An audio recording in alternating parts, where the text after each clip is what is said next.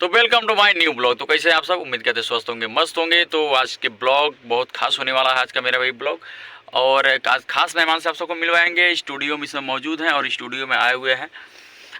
उनका परिचय आप लोग को उन्हीं से बताएंगे, क्योंकि बेचारा परिचय बताएंगे तो और अच्छा लगेगा। और बहुत ही अच्छे सिंगर हैं, कंपोजर हैं, स्टूडियो में आए हैं, तो हम चाहेंगे कि उनसे मिलवाएं।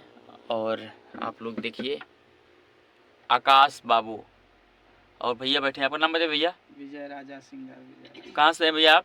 आजमगढ़ से। आकाश बाबू नमस्ते, प्रणाम। हम आकाश सिंह बाबू। थोड़ी जोर से बोलो। से होगा बउआ? आजमगढ़ से। आजमगढ़ से। तो देखिए भैया, दोनों लोग आजमगढ़ से आए बड़े, सब गोरखपुर में।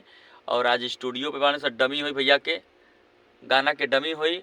और आकाश बाबू से हम चाहब कि खूब अच्छा तनी आज जो उनके फेवरेट गाना बा तो गा के सुनाई न आकाश। जौन तोहार पसंदीदा गाना होला कुछ ऐसा हो ना पसंद खूब बढ़िया से, तो हम चाहब कि हमारे दर्शक खातिर गा के सुना देता। सबसे पहले दर्शक लोगन के हाथ जोड़ के प्रणाम करता नहीं, और आशा ना विश्वास हो बल्कि कि आप लोगन की ब्लॉग बहुत पसंद आई। तो एगो हमार फेवरेट गाना बा, जे कि एक बहुत ही अच्छा सिंगर रहने और ये दुनिया में अब नहीं खे, मतलब बहुत ही प्यारा गाना उनकर रहल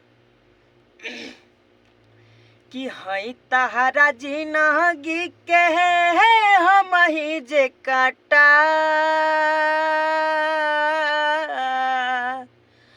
हई तहरा जिनगी के हम ही जे काटा, तो दुनिया से जात बानी बाय बाय टाटा टाटा, के करप बड़ कबू बोला के मरबू चाटा।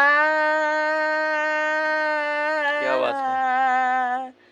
के करप बड़ कबू बोला के मरबू चाटा, दुनिया से जात बानी बाय बाय टाटा टाटा, हई तारा जिंदगी के हम ही जे काटा, बहुत बढ़िया। तो दुनिया से जात बानी बाय बाय टाटा। क्या बात है, बहुत अच्छा है, क्या बात है, गजब है यार। हमें चाहते हैं ना एगो जो शिल्पी गाना जो हिट चलता तो वो तनी गुनगुना देते दर्शक खातिर, एकदम हो जाता तनी झमका के कि छने छने बदले तारो मिजाज रजाऊ।